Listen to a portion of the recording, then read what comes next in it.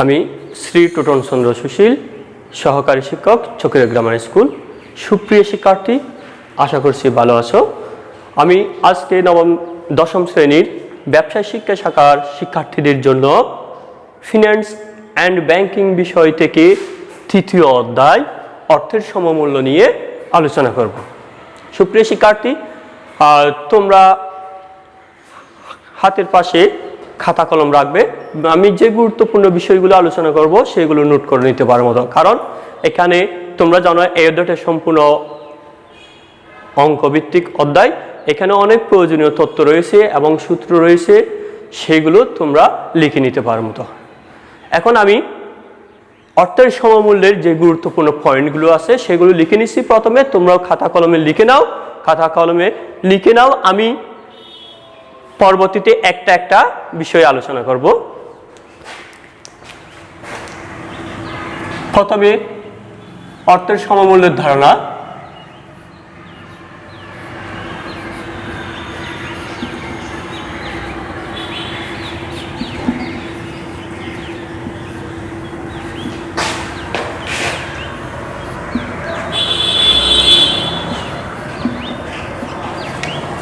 তারপর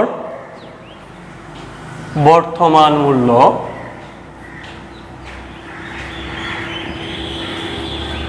এরপর ভবিষ্যৎ মূল্য, এরপর চক্রবৃদ্ধিকরণ,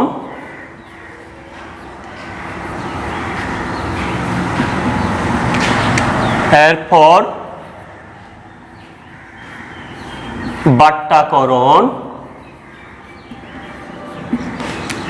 তারপর সুযোগ ব্যয়, এরপর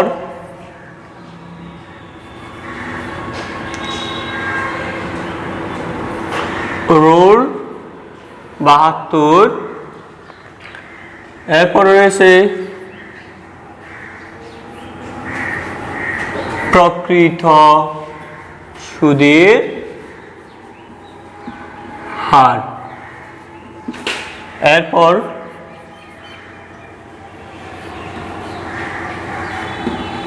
প্রয়োজনীয় সূত্র, পরে রয়েছে সিদ্ধান্ত বা মন্তব্য, এরপর কিছু গুরুত্বপূর্ণ তথ্য। শিক্ষার্থী, আমি প্রথমে অর্থের সমমূল্য এর ধারণা নিয়ে আলোচনা করব। শুরুতে আমি আপনাদেরকে উদাহরণের মাধ্যমে বোঝাতে চাচ্ছি। আমি যখন ছোট ছিলাম বাজারে যেতাম, তখন 1 কেজি চাল কিনতাম 10 টাকা দিয়ে। এখনো বাজারে যাই, প্রতি কেজি চাল কিনতে হয় 40 টাকা। এখন দেখেন, আমি ছোটকালে যখন 10 টাকা দিয়ে 1 কেজি চাল কিনতাম, বর্তমানে সেটা 40 টাকা দিয়ে কিনি। এই যে সময়ের পরিবর্তনে একটা টাকারও পরিবর্তন হয়ে গেছে না? তখনকার 10 টাকা আর এখনকার 40 টাকা, এই যে 30 টাকা ডিফারেন্স, বুঝা যাচ্ছে? এটাকে বলা হয় অর্থের সমমূল্য। আবার বলি আরেকটা উদাহরণ দিয়ে, আমার 100 টাকা আছে, সেটা আমি জনতা ব্যাংকে শতকরা 10% সুদে 1 বছরের জন্য জমা রাখলাম। 1 বছর পরে গিয়ে আমি জনতা ব্যাংকে থেকে টাকা তুলতে গেলে ওরা আমাকে 100 টাকার 10% 10 টাকা, এবং আমার আসল ছিল কত টাকা? 100 টাকা। আমাকে মোট টাকা দেবে কত? 100, এবং সুদ 10 টাকা, 110 টাকা। তাহলে এখনকার 100 টাকা 1 বছরের পরের 110 টাকার কি সমান মূল্য বহন করে। কিন্তু টাকার একটা ডিফারেন্স রয়েছে, এখনকার 100 টাকা 1 বছর পরের 110 টাকা। টাকার পার্থক্য থাকলেও কিন্তু মূল্যে কি সমান। তাহলে বলতে পারে সময়ের পরিবর্তনের সাথে সাথে অর্থের মূল্যের যে পরিবর্তন তাকে অর্থের সমমূল্য বলা হয়। বুঝছেন? এর পরবর্তীতে বর্তমান মূল্য। ভবিষ্যতে প্রাপ্য অর্থের আজকের যে মূল্যটা এটাকে বলা হয় কি বর্তমান মূল্য। ভবিষ্যতে প্রাপ্য অর্থের আজকের অর্থাৎ বর্তমান সময়ের যে মূল্যটা সেটাকে বলা হয় বর্তমান মূল্য। এরপরে ভবিষ্যৎ মূল্য। কোনো নির্দিষ্ট পরিমাণ অর্থের একটি নির্দিষ্ট সময় পর কোনো খাতে যদি বিনিয়োগ করা হয় আমরা সুদসহ অর্থ পেয়ে থাকি। নির্দিষ্ট সময় পর আমরা যে অর্থটা পেয়ে থাকি সুদসহ সেটাকে বলা হয় অর্থের ভবিষ্যৎ মূল্য। আবার বলতেছি,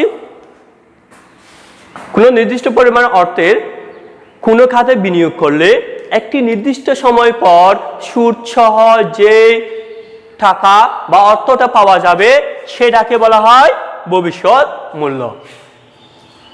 এরপরে রয়েছে চক্রবৃদ্ধিকরণ।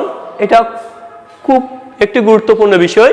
আমরা সচরাচর দেখি বিভিন্ন ঋণ প্রদানকারী প্রতিষ্ঠান এই চক্রবৃদ্ধিকরণ প্রক্রিয়াটা ব্যবহার করে থাকে। বর্তমান মূল্য থেকে ভবিষ্যৎ মূল্য নির্ণয়ের প্রক্রিয়াকে চক্রবৃদ্ধিকরণ বলা হয়ে থাকে। এক্ষেত্রে সুদ ও আসলের উপর সুদ নির্ণয় করা হয়।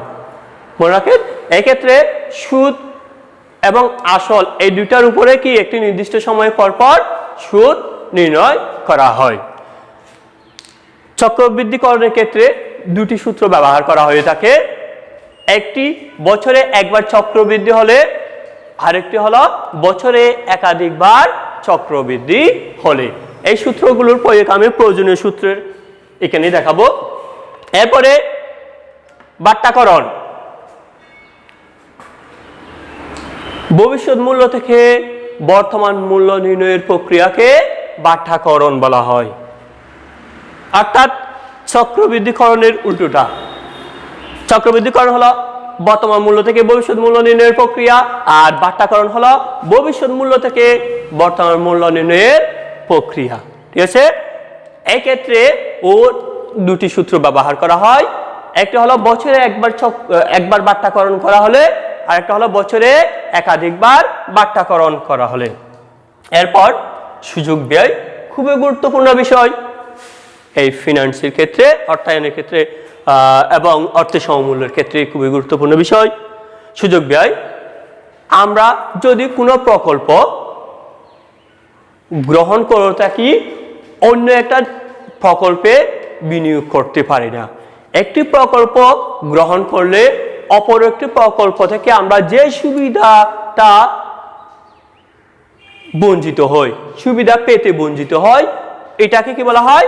অর্থের সমমূল্য, সুযোগ ব্যয় বলা হয়। আবার বলতেছি, একটি প্রকল্প গ্রহণ করলে অপর একটি প্রকল্প থেকে যে সুবিধা পাওয়া যাবে তা ত্যাগ করাকে সুযোগ ব্যয় বলা হয়। আমি একটা উদাহরণের মাধ্যমে বলতে পারি, আমার কিছু টাকা আছে, আমি যদি জমি কিনি তাহলে 10 বছরের জমির মূল্য দ্বিগুণ হবে। ঠিক আছে? আবার জমি না কিনে যদি আমি সোনালী ব্যাংকে জমা রাখি তাহলে আমাকে বার্ষিক 10% সুদ দেবে।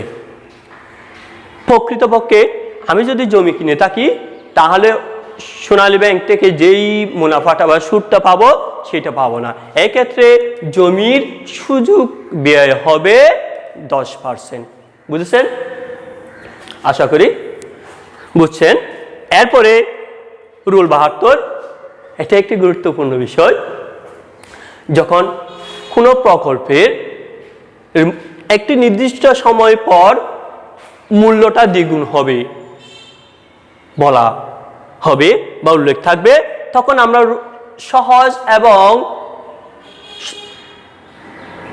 জনপ্রিয় একটা পদ্ধতি হলো রুল 72। আমি কিছুক্ষণ আগে বললাম জমির মূল্য নির্দিষ্ট সময় পর দ্বিগুণ হবে, বলছি না? এইরকম যদি বলা থাকে তাহলে রুল 72 ব্যবহার করে আমরা সিদ্ধান্ত নিতে পারি এটা কি লাভজনক নাকি লাভজনক নয়। এই ক্ষেত্রে সুদের হার ব্যবহার করা যায়, আবার সময়ও ব্যবহার করা যায়। যদি প্রশ্নে সুদের হার দেওয়া থাকে তাহলে আমরা সময় নির্ণয় করতে পারি কত বছরে, ঠিক আছে, দ্বিগুণ হবে সেটা। আবার যদি সুদের হার দেওয়া থাকলে আমরা সময় নির্ণয় করতে পারি, এবং সময় দেওয়া থাকলে সুদের হার নির্ণয় করতে পারি। এরপরে প্রকৃত সুদের হার দেখেন, আমি একটা উদাহরণের মাধ্যমে বলতেছি, এরপরে সংজ্ঞাটা বলবো। আমরা যদি কোনো গ্রামীণ মহাজন থেকে সাপ্তাহিক 1% হারে কোনো ঋণ নিয়ে থাকি, বছরে 52% সুদ হওয়ার কথা বা সুদ দেওয়ার কথা, ঠিক আছে।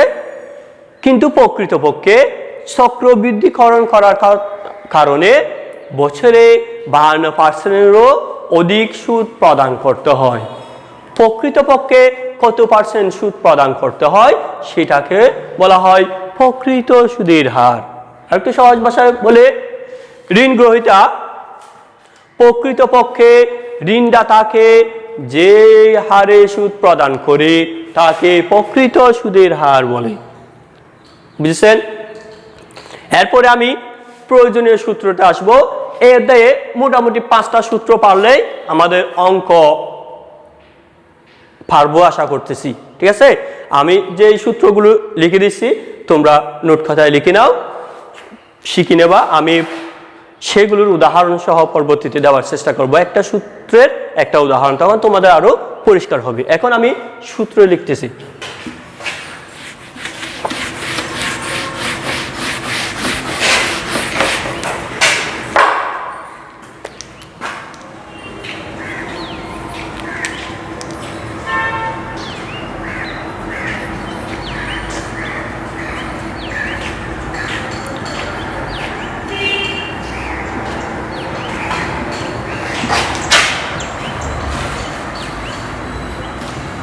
ভবিষ্যৎ মূল্যের ক্ষেত্রে আমি আগে বলেছি, চক্রবৃদ্ধিকরণের ক্ষেত্রে ভবিষ্যৎ মূল্যের ক্ষেত্রে 2টা সূত্র ব্যবহার করা হয়।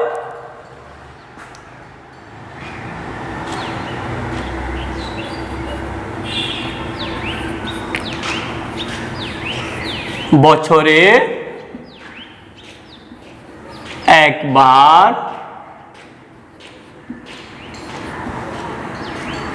চক্রবৃদ্ধি হলে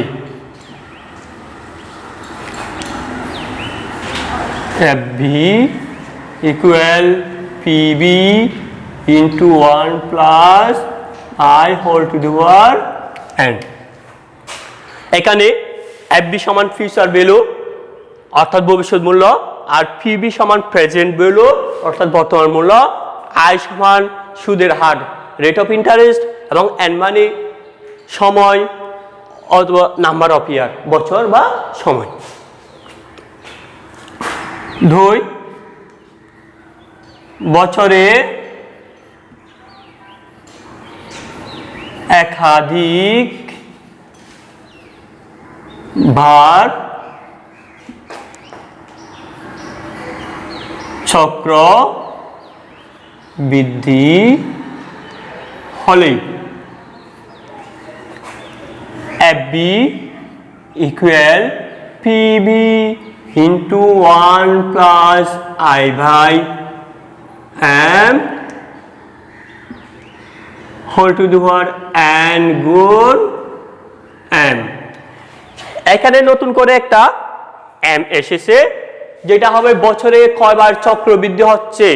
বছর মাসিক হলে বছরে 12 বার, কারণ এক মাসে একবার চক্রবৃদ্ধি হলে এক বছর সমান 12 মাস, 12 বার চক্রবৃদ্ধি হবে এবং M সংখ্যা হবে 12।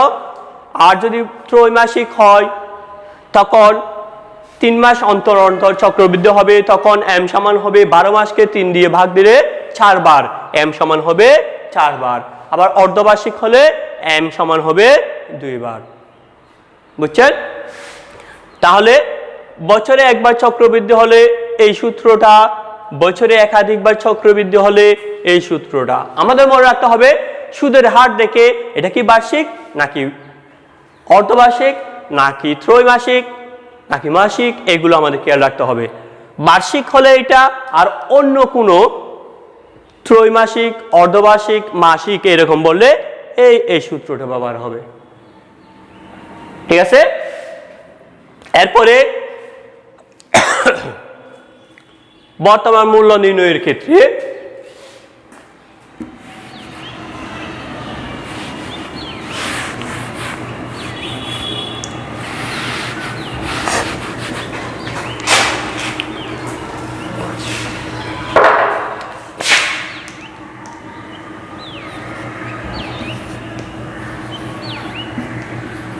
বর্তমান মূল্যের ক্ষেত্রে বছরে একবার বাট্টাকরণ হলেই, বাট্টাকরণ হলে PV equal FV divided by 1 plus I whole to the power n। অর্থাৎ ভবিষ্যৎ মূল্যের ক্ষেত্রে বর্তমান মূল্যের সাথে সুদের হার গুণ হয়, আর বর্তমান মূল্যের ক্ষেত্রে ভবিষ্যৎ মূল্যকে সুদের হার দ্বারা ভাগ হয়। এটা আমাদের নৈমিত্তিকের জন্য খুবই গুরুত্বপূর্ণ বিষয়। বছরে 2 নাম্বার, বছরে একাধিকবার বাট্টাকরণ হলে, বাট্টাকরণ হলে PB equal to FV divided by 1 plus I by M whole to the power n গুণ m। দেখেন বছরে একাধিকবার হলে ওই mটা আসবে। m মানে কি? বছরে কতবার চক্রবৃদ্ধি হচ্ছে তার সংখ্যা। ঠিক আছে? এরপরে তাহলে আমরা ওইখানে দুইটা, ভবিষ্যৎ মূল্যের ক্ষেত্রে দুইটা এবং বর্তমান মূল্যের ক্ষেত্রে দুইটা, চারটা। আরেকটা রয়েছে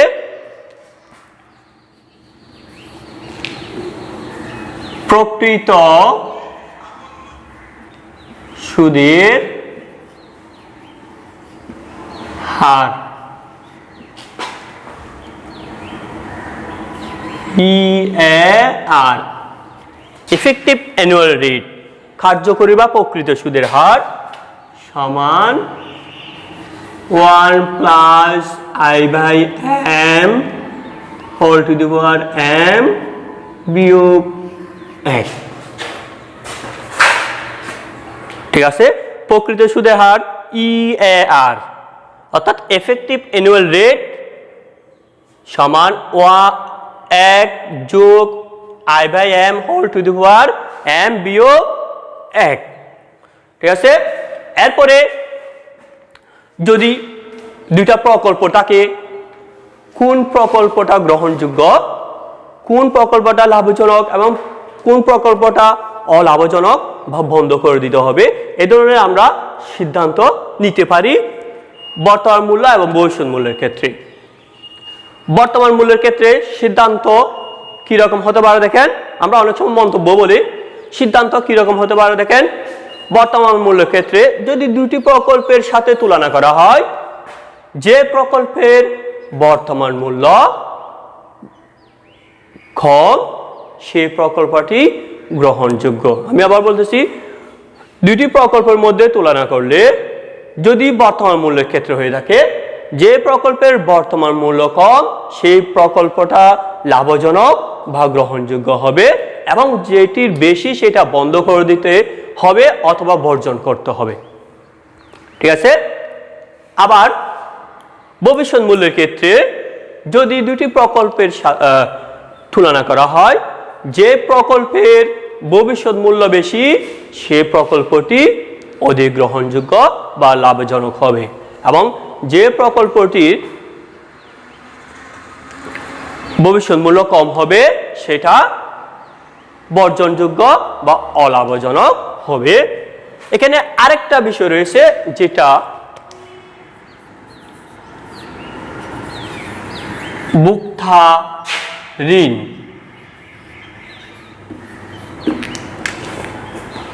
ভোক্তাঋণ ক্ষুণ্ণভোগ্য পণ্য, টিভি, ফ্রিজ, কম্পিউটার ইত্যাদি ক্রয় করার জন্য কোনো আর্থিক প্রতিষ্ঠান বা ব্যাংক থেকে যে ঋণ নেওয়া হয় তাকে ভোক্তাঋণ বলা হয়। এক্ষেত্রে লক্ষণীয়, আসলের সাথে সুদ যোগ করে সুদাসল, অর্থাৎ সুদাসলকে কয়টি কিস্তিতে পরিশোধ করবে ততটা কিস্তি দিয়ে ভাগ দিয়ে প্রতি কিস্তির মূল্য বাহির করবে, এবং প্রতি কিস্তি পরিশোধের ক্ষেত্রে আসলের সাথে সুদও পরিশোধ করা হয়। যেমন আমরা দেখি বিভিন্ন ব্যাংক থেকে অথবা বিভিন্ন আর্থিক প্রতিষ্ঠান থেকে আমরা যদি ঋণ নিয়ে থাকি তখন এই ধরনের পদ্ধতিটা ব্যবহার করা হয়ে থাকে। ঠিক আছে, এরপরে আমি গুরুত্বপূর্ণ বিষয় 3টা বিষয় নিয়ে আলোচনা করব, যেগুলো অঙ্ক করতে গেলে আমাদের কি কি খেয়াল রাখতে হবে। প্রথমে একটা প্রশ্ন দেখব, প্রশ্ন দেখার পর সেখানে কি বর্তমান মূল্য দেওয়া আছে নাকি ভবিষ্যৎ মূল্য দেওয়া আছে। প্রশ্নে একটা হলো কোন মূল্যটা দেওয়া আছে, বর্তমান মূল্য নাকি ভবিষ্যৎ মূল্য। ইয়েস, কেন? যদি বর্তমান মূল্য দেওয়া থাকে ভবিষ্যৎ মূল্য নির্ণয় করতে হবে, সেটা আমরা শিওর হয়ে যাব। আর ভবিষ্যৎ মূল্য দেওয়া থাকলে বর্তমান মূল্য নির্ণয় করতে হবে, সেটা আমরা শিওর হয়ে যাব। হ্যাঁ, দ্বিতীয়ত সুদের হার দেখব। সুদের হার কেন দেখব? এটা কি বার্ষিক নাকি বছরে একাধিকবার, বুঝছেন? এই জন্যই, কারণ বছরে একবার বাট্টাকরণ হলে বা চক্রবৃদ্ধি হলে এক ধরনের সূত্র, আবার বছরে একাধিকবার বাট্টাকরণ হলে আরেক ধরনের সূত্র। সেই কারণে সুদের হারটা দেখব, এটা কি বার্ষিক সুদের হার নাকি বছরে একাধিকবার। ইয়েস, এই কারণেই। এরপর দেখব বছর, এটা কত বছরের। আমাদের এখানে বলা আছে এন, নাম্বার অফ ইয়ার বা সময়, সেজন্য এই বছরটা লাগবে। আমি মোটামুটি আপনাদের যে ধারণাগুলো দিলাম এগুলো ভালো করে দেখবেন, পড়বেন, আয়ত্ত করবেন এবং সূত্রগুলো মুখস্থ শিখে ফেলবেন। 5টা সূত্র, এই 5টা সূত্র পারলেই এই অধ্যায়ে যে রকম অঙ্ক আসুক পারবে, এটা শিওর। তবে মুখস্থ থাকতে হবে সূত্র। আমি একটা পারলে আরেকটা পারতেছি, যদি একবার হয় এখানে, আর একাধিকবার হলে আইকে এম দিয়ে ভাগ করতে হবে এবং এন এর সাথে একটা এম গুণ করতে হবে, এতটুকুই। ঠিক আছে, তো আমি অঙ্ক করার সময় 3টা বিষয় বললাম, কোন মূল্য দেওয়া আছে, বর্তমান মূল্য নাকি ভবিষ্যৎ মূল্য, আর সুদের হার, এটা কি বছরে একবার নাকি একাধিকবার, এরপর সময়, এটা কত বছরের। ইয়েস, এরপরে আরেকটা বিষয় থেকে যাই, আমরা সূত্রে কখন এম ব্যবহার করি। আমি প্রশ্নেই দেখছি এখানে ব্যবহার করি নাই, এখানে ব্যবহার করছি। বছরে একাধিকবার বাট্টাকরণ বা চক্রবৃদ্ধি হলে সূত্রে আমি কি ব্যবহার করি? এম ব্যবহার করি। সুপ্রিয় শিক্ষার্থী, আমি আগামী ক্লাসে আপনাদের অঙ্ক করানোর চেষ্টা করব। আপনারা ভালো থাকবেন। যেহেতু এই মহামারীর সময়ে আপনাদের অনেক পড়ালেখার ক্ষতি হয়েছে, যা অপূরণীয়, তবে আপনারা এই মহামারী থেকে